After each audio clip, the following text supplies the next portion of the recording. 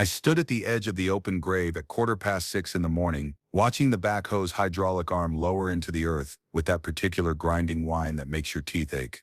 The sun hadn't cleared the tree line yet, and everything was still that flat, colorless gray that makes a cemetery look like a photograph someone left out in the rain. I'd been a county coroner for 23 years, and I'd ordered exactly 11 exhumations in that time. You don't dig people up on a whim. You do it when the numbers don't add up.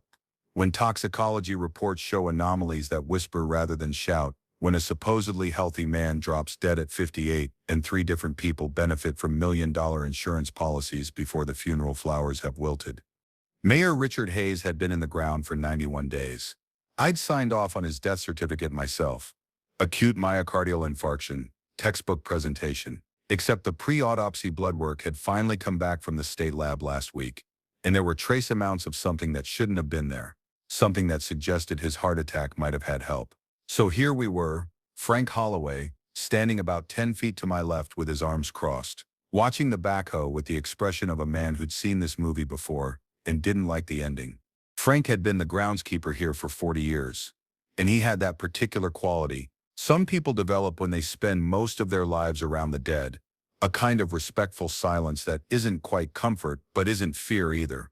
He'd called me 2 nights ago, which was unusual. Frank wasn't a caller. He said he needed to tell me something before we dug, and his voice had that thin quality people get when they're trying very hard to sound rational about something irrational. "I hear scratching," he'd said, "near the Hayes plot. Started about 2 weeks after we put him down. Only happens at night, only when there's no wind. I checked the tree roots, checked for animals. There's nothing." I'd thanked him and made a note in my file and hadn't thought much about it because groundskeepers hear things. Old cemeteries settle. Tree roots, cracked concrete vaults. Rational explanations exist for almost everything, and the ones that don't exist usually aren't worth the mental energy. The backhoe operator, a contractor named Luis, who'd done this kind of work for the county before, was good at his job. He worked slowly, carefully, peeling back the earth in controlled increments. Deputy Sam Kohler stood near my car, looking like he'd rather be anywhere else. Sam was 35 and practical to a fault, the kind of cop who believed in evidence you could put in a plastic bag and label. He'd made his position clear when I'd requested law enforcement presence. This was a waste of time. The mayor had died of a heart attack, and even if someone had helped that heart attack along, we weren't going to find proof in a 3-month-old corpse. By 7:15, the vault was exposed. By 7:30, the vault lid was off. And by 7:43, when Luis and 2 cemetery workers had lifted the casket out and set it on the grass beside the grave, I knew something was wrong. Not wrong in a way I could articulate yet, just wrong in the way your body knows before your brain catches up. The casket was a mid-range bronze model, sealed. We'd need to break that seal to open it, which meant photographs first, documentation, chain of custody. Dr. Raj Sengupta arrived while I was doing the preliminary external exam, pulling up in his pristine Audi and stepping out with his field kit, and that expression he got when a case was going to be interesting, in the worst way. Raj was a forensic pathologist I'd worked with on 14 complicated cases, and he was good, meticulous, unflappable. The kind of doctor who could crack a man's sternum and discuss lunch plans in the same breath. "Morning, Lillian," he said, setting his kit down. "What are we expecting?" "Toxicology anomalies," I said. "Possible poisoning. I need tissue samples. Hair, nail clippings, if they're still intact. Full re-autopsy." He nodded and knelt beside the casket, running his gloved hands along the seal. Vault was intact. Completely. No water damage. No evidence of disturbance.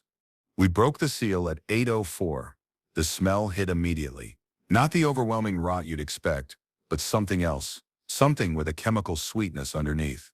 Formaldehyde doing its job mostly, but there was another smell too, faint and wrong, like copper and old sweat. Raj and I exchanged a glance. He'd smelled it too. We opened the lid slowly, and then we both stopped. Richard Hayes was not in the position we'd left him. At burial, his hands had been at his sides, the standard presentation.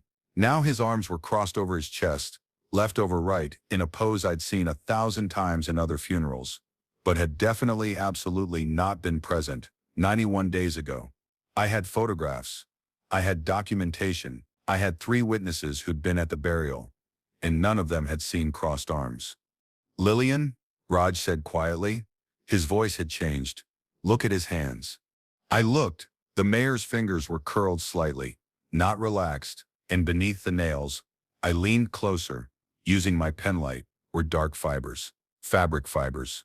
The casket's interior lining was ivory silk. These fibers were darker, torn, compressed under the nails like he'd been clawing at something. Sam had come closer now, looking over my shoulder. "Bodies shift," he said. "Gas buildup, decomposition, things move." "Not like this," Raj said. He was examining the mayor's face with his penlight, and his hand was shaking slightly, which was unusual because Raj's hands never shook. "Look at the expression." The mayor's mouth was open, slightly open, not gaping, but enough to see his tongue pressed against his teeth. His eyes were closed, but the skin around them was taut, pulled back in a way that suggested strain. It was the expression of a man who'd been trying very, very hard to do something urgent. We spent 4 hours doing preliminary documentation. Photographs, measurements, samples. Raj took scrapings from under every fingernail.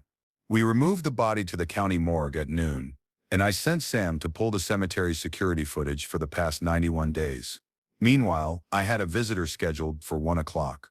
Veronica Hayes, the mayor's daughter, who'd been calling my office twice a week since the burial, asking questions I couldn't answer.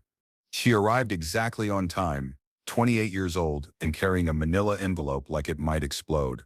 We sat in my office, and she put the envelope on my desk without opening it. "I've been getting letters," she said. Her voice was steady, but her hands weren't. "They started 3 weeks ago. No return address, local postmark, they describe."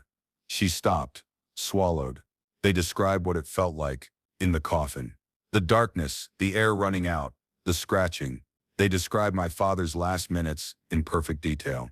Things like the way the silk felt against his face, the sound his fingernails made, the exact moment he realized no one was coming. I felt something cold settle in my stomach.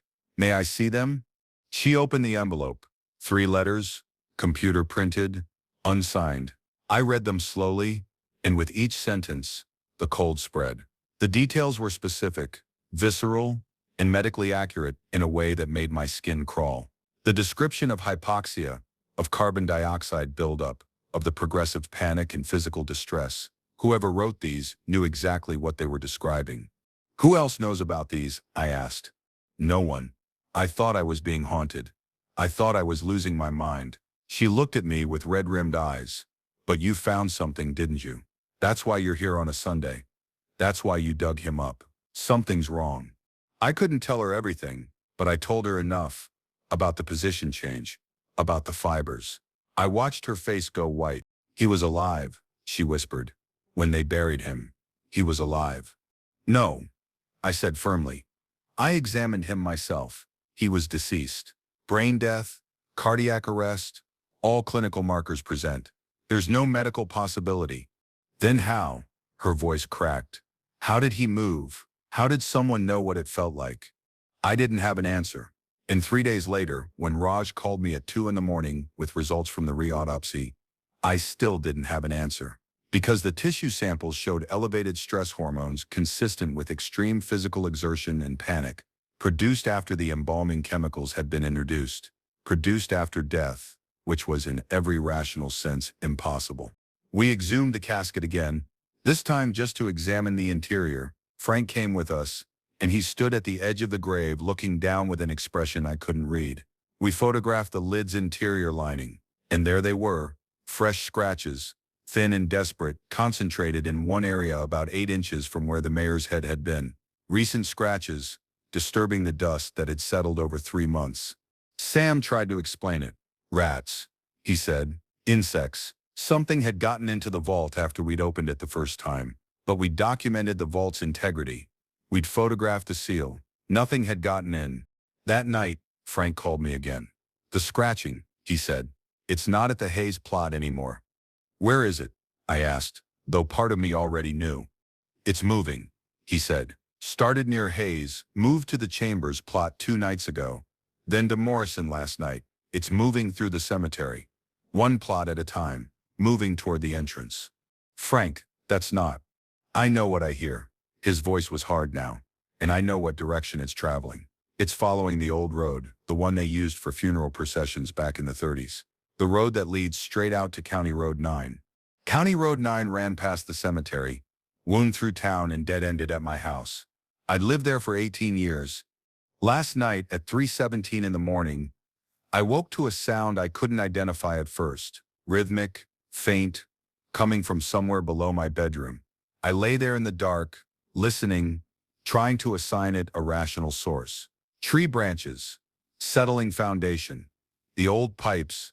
But I knew, even before I went downstairs with my flashlight, even before I stood in my basement listening to that patient, desperate scratching coming from somewhere beneath the concrete floor, I knew. Some witnesses refuse to stay silent, even when every measure of science says they should be, even when their testimony makes no sense, violates every principle of biology and reason, even when they've been dead for 91 days. The scratching continues, and every night it gets a little louder. Hello, YouTube family. Thanks for watching. Big love to our subscribers. You keep this channel alive. Only about 20% of viewers are subscribed, so if you enjoy the chills, hit that subscribe button. It's quick, it helps a ton, and it means more stories coming your way. See you in the next one, if you dare. I'm writing this because I need someone to know what I saw, even if they never believe it. My name is Andrew Dalton. I've been a county coroner for 12 years, and 3 weeks ago I stopped being able to control my own face. It started with Grace Whitmore's exhumation on a Tuesday morning in late September. The air had that wet, decaying smell that comes right before the leaves turn, and I remember thinking how appropriate that was.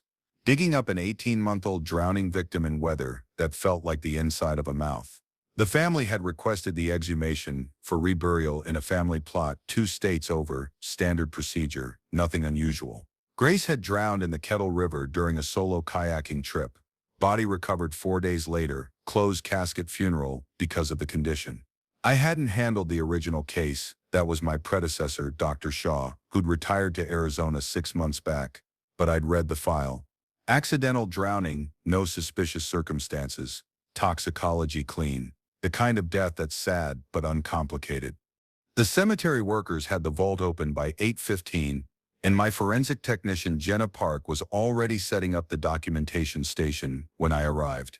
Jenna was good at her job, methodical, unshakable, the kind of person who could eat a sandwich while photographing a decomposed corpse. She'd been with me for 3 years, and I'd never seen her rattled. That morning, though, when we opened the casket, I watched her face go blank in a way that made my stomach drop. Grace Whitmore looked like she'd been buried that morning. Not 18 months ago, that morning. Her skin had the same supple quality you see on a body, maybe 6 hours post-mortem. Her hair was lustrous, spread across the pillow like she was sleeping. Her hands, folded across her chest, showed no signs of decomposition, no skin slippage, no discoloration.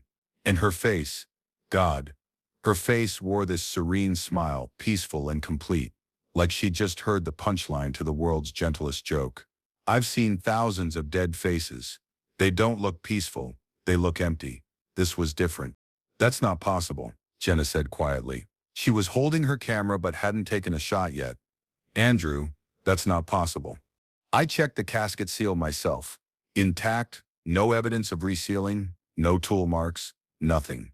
The gasket had maintained its integrity for 18 months. I checked the casket documentation. No embalming chemicals had been used. Grace's family had requested a natural burial, just basic preparation and a biodegradable liner. In 18 months, even in ideal conditions, there should have been significant decomposition. In a sealed casket in Missouri clay, she should have been soup. We transported the body back to the morgue at 10:30. I spent the next 6 hours running every test I could think of. Tissue samples, cellular analysis, chemical composition, everything. Jenna assisted, and I noticed she was wearing double gloves, which wasn't standard. When I asked about it, she just shook her head. Something's off, she said. I can feel it on my hands even through the gloves, like static electricity, but cold. I didn't feel anything, but I trusted Jenna's instincts. The preliminary results came back around 5 p.m., and I had to run them 3 times because they made no sense. Grace's cellular structure had crystallized. Not frozen, but transformed into something I'd never seen before. The cells were intact but petrified, locked in a state that defied every principle of decomposition I understood. It was like looking at biological amber. That evening, I called Thomas Whitmore, the widower, to inform him of the transport delay. We'd need to run additional tests before we could release the body for reburial. He was quiet for a long time after I explained, then asked if I'd noticed anything unusual about Grace's appearance. "Why would you ask that?" I said. Another pause. Then Grace was different in her last year. Obsessed with something she wouldn't talk about. She started visiting someone in the woods every Thursday, came back smelling like herbs and smoke. When I asked her about it, she said she'd found a way to preserve beauty, to make it permanent. I thought she meant some kind of spa treatment or holistic therapy. But after she died, I found her journals. Pages and pages about immortality folklore, preservation techniques, rituals. I burned them because they frightened me. I thought if I didn't acknowledge it, it would just be a mental health episode, something private that died with her. He gave me rough directions to the place Grace had visited, an old hunting cabin about 8 miles into the state forest off Route 12. I told him I'd look into it, but honestly, I was thinking about folklore medicine and grief psychology. Not anything real. People process death in strange ways. Sometimes they need to believe in magic, because the alternative is too permanent. I went to the cabin the next morning. Took me 2 hours to find it, and when I did, I understood why someone might believe in things that don't exist. The cabin was half collapsed, windows broken, door hanging open like a mouth.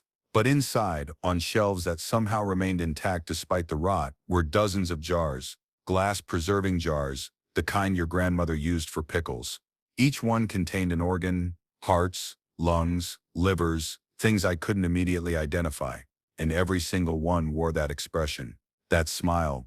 The tissue had been shaped, manipulated into peaceful curves and serene contentment. I should have left, but I'm a scientist, and scientists investigate.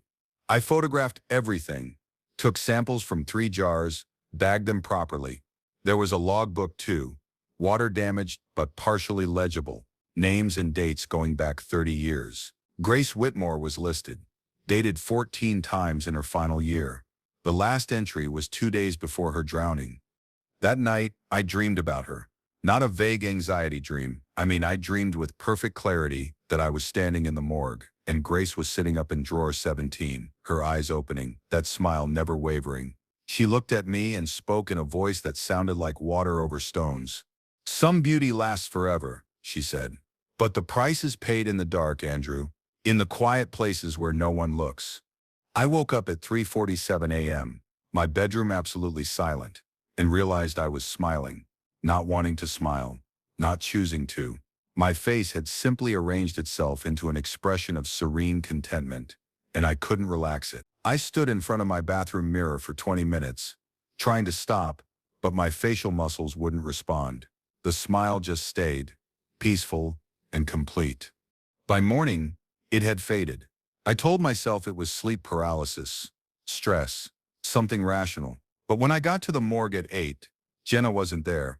Her husband called around 9:30, asking if I'd seen her. She'd left for work at 6:45, like always, but never arrived. Her car was in the parking lot, keys in the ignition, but Jenna was gone. I found her personnel file on my desk that afternoon. Someone had added a Polaroid photo tucked inside the folder. It showed Jenna in the morgue, standing beside drawer 17, and she was smiling. That same smile. I called Harold Finch, a retired botanist who'd consulted on a case for me 2 years back. He lived about 40 minutes away, and when I described what I'd found in the cabin, he went very quiet. There was an herbalist in these woods back in the 70s and 80s. He finally said, "Woman named Iris Kern. She claims she discovered a preservation formula derived from native plants and something else. She called it consent of the flesh. The body had to agree to be preserved, had to want it badly enough that it would accept the transformation. People thought she was a crank, until clients started showing up with tissue that wouldn't age, skin that wouldn't wrinkle. Then people started disappearing, the ones who wanted too much, I think. The ones who couldn't accept that preservation has limits." What happened to her? No one knows. The cabin was abandoned in 1987. Some folks say she preserved herself. Others say her clients finally turned on her. Either way, she left her work behind. That was 4 days ago. Since then, I've been doing research. A reporter named Maya Russo published an article 3 years back about missing persons cases in this county dating back to the 80s. 7 people, all connected to alternative medicine, all last seen near the state forest. Grace Whitmore wasn't on that list because she drowned, because her death was ruled accidental. But I've pulled the autopsy photos from 1987, and her lungs showed the same crystalline structures I found in Grace's tissue. Jenna came back yesterday, walked into the morgue at 6 a.m. like nothing had happened. Couldn't explain where she'd been, said she just forgot 3 days. But she's different now, calmer, quieter, and when she thinks I'm not looking, she smiles. Just slightly, just enough that I can see it's not her choice. Thomas Whitmore died last night. Heart attack, found in his home by his sister.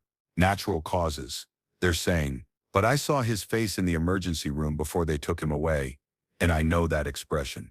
I'm writing this in my office at 2:30 in the morning because I can feel it starting again. My face wants to smile. My cells want to crystallize.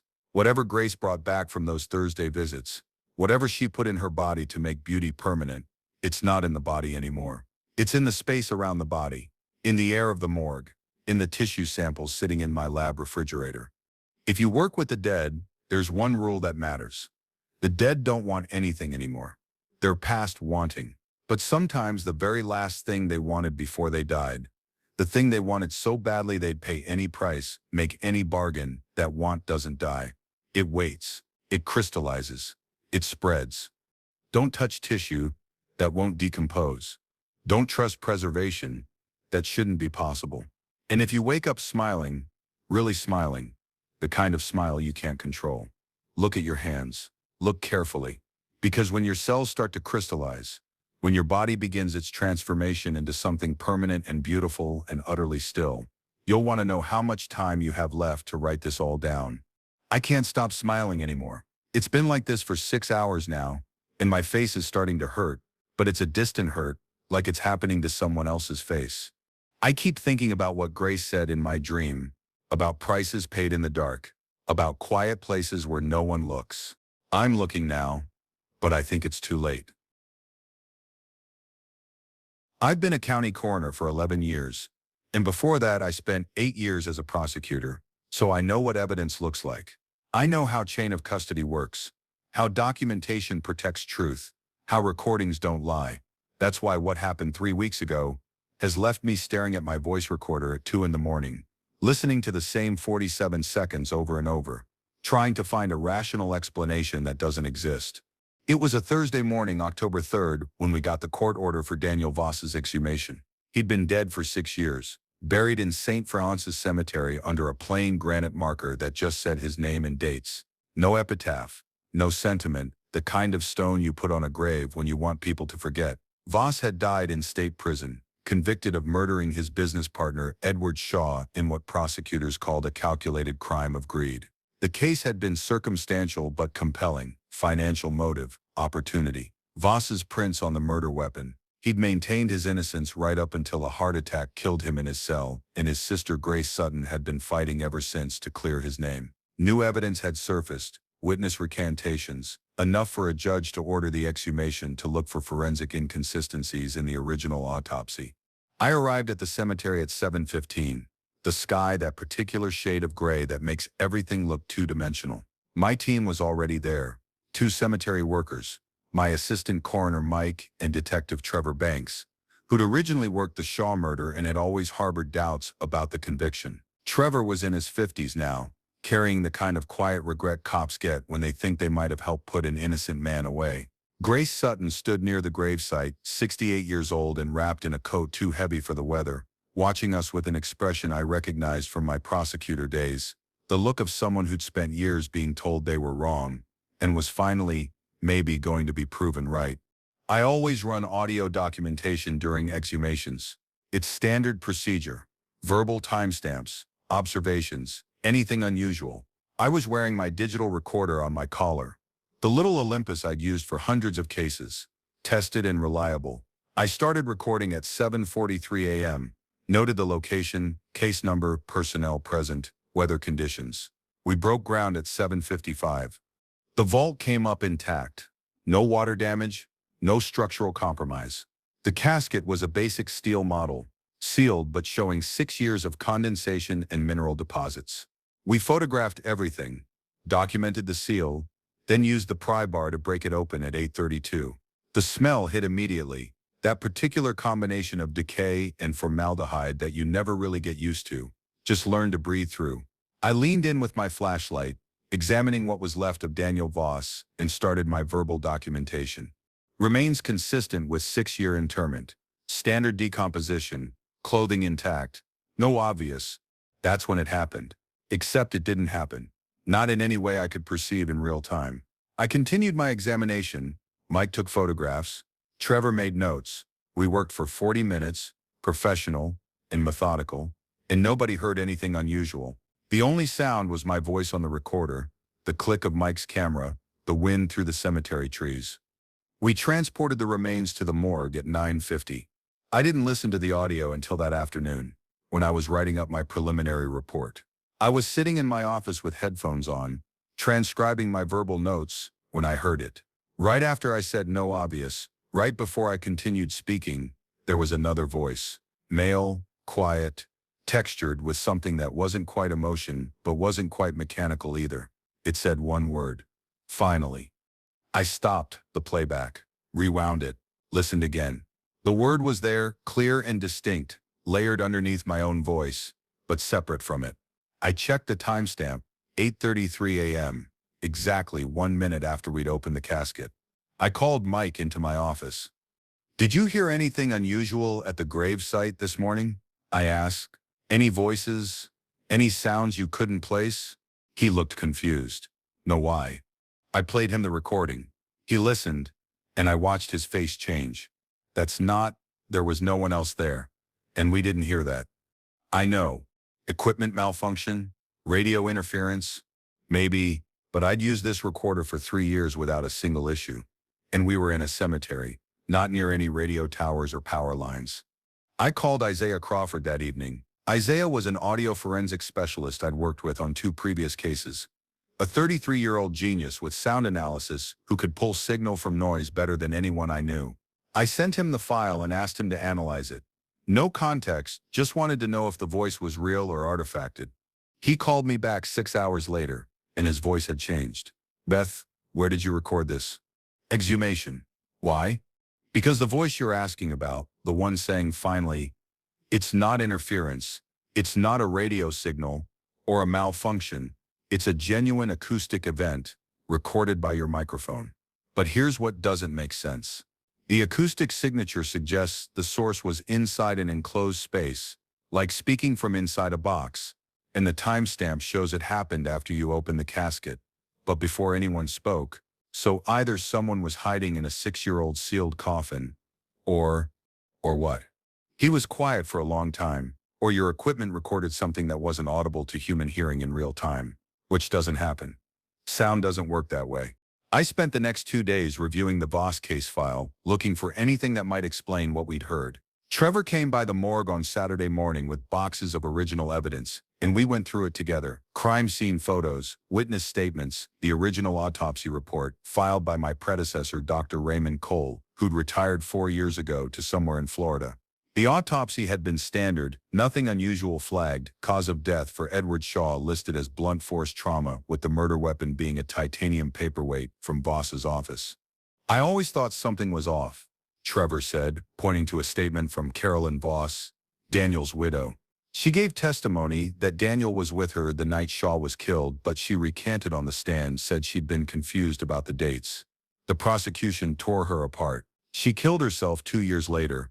I pulled up Carolyn's death record. Suicide, ruled by Dr. Cole, my predecessor. No suspicious circumstances. I looked at the date, November 14th, 4 years ago, almost exactly 2 years after Daniel's conviction. That afternoon, I went back to St. Francis Cemetery alone. I don't know why, exactly. Maybe to see if the environment itself had caused the recording anomaly. Maybe just because I needed to stand in the place where I'd heard that voice.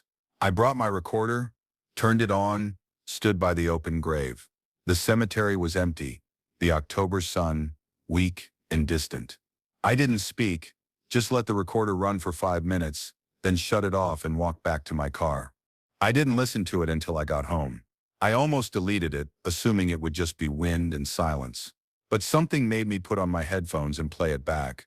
And at minute 2:14, I heard them. Two voices this time, arguing. The words indistinct, but the emotion clear. A man and a woman, angry and desperate and intimate in a way that made my skin crawl. I isolated the segment, amplified it, ran it through audio software I barely knew how to use. The male voice resolved into fragments, "You promised and can't keep." The female voice was clearer. "They need to know, Daniel. They have to know what he did." I sat in my living room for 3 hours, listening to those voices, and I thought about evidence, about what holds up in court, and what gets dismissed, about the difference between truth and proof. Grace Sutton called me on Monday morning. "Have you found anything?" she asked, and there was such hope in her voice that I couldn't tell her what I'd really found. So I told her we were still processing, still analyzing, and I'd let her know as soon as we had results. Then I called Trevor. "I need another exhumation order," I said. "Carolyn Voss." He was quiet. "On what grounds?" "On the grounds that I think she has something to tell us." We exhumed Carolyn on Wednesday morning, same cemetery, different section. Her grave was under an oak tree, the marker simpler than Daniel's, just beloved, under her name. Grace came again, standing in the same spot, watching with the same expression. I started my recording at 8:15 a.m., noted all the details, tried to keep my voice steady. We opened her casket at 8:47. Carolyn Voss had been dead for 4 years, and what was left of her looked like 4 years. Nothing unusual, nothing impossible. But my recorder was behaving strangely. The LED flickering, the timestamp jumping, the battery indicator dropping, even though I'd charged it that morning. I documented what I could, but halfway through my verbal notes, the recorder shut off completely. Just died, despite showing 60% battery 2 minutes earlier. I didn't think much of it until I got back to the morgue and plugged it in to charge. The moment it powered on, it started playing. Not from the beginning of the recording, from somewhere in the middle, a section I hadn't recorded yet. A section that shouldn't exist. Two voices, clear and close, as if they were standing right next to the microphone. The male voice, "I didn't kill Edward. Cole did. Cole killed him and set me up because Edward knew about the other autopsies, the ones Cole falsified for the insurance fraud." The female voice, broken and desperate, "I couldn't tell them. He threatened our daughter. He said if I testified for you, she'd have an accident. So I lied on the stand, and you went to prison. And I couldn't live with it. I couldn't live with what I'd done." The male voice again, softer now. "I know, I forgive you. But Beth needs to know. She needs to find the files. Storage Unit 17. Edward's name. Cole has the key. Tell her." Then silence. Just dead air for 30 seconds, before my own voice came back, documenting Carolyn's remains like nothing had happened. I've listened to that recording 60 times. I've had Isaiah analyze it, and he can't explain it. The voices are real, recorded by my equipment, but they shouldn't exist. The timestamp shows they were captured 2 hours before I even arrived at the cemetery, which is impossible. The acoustic signature suggests they were recorded in my morgue, not at a grave site, which doesn't make sense. Trevor got a warrant for Storage Unit 17 yesterday. It's rented under Edward Shaw's name, paid automatically from an account linked to Dr. Raymond Cole. We haven't opened it yet. That happens tomorrow morning. But I know what we're going to find. Evidence of fraud, falsified reports, maybe proof of murder. I should feel vindicated. I should feel like justice is finally working. But instead, I keep thinking about those voices, about the way they knew my name, about the fact that the dead seem to be trying harder to tell me the truth than the living ever did. My predecessor, Dr. Cole, died last week. Heart attack in his Florida condo, found by his neighbor, natural causes. They're saying, and maybe it was, maybe it's just coincidence. But I pulled his death certificate this morning, and I noticed something. The time of death, certified by the local coroner, 8:47 a.m., the exact moment we opened Carolyn's casket. I don't believe in ghosts. I don't believe in voices from beyond.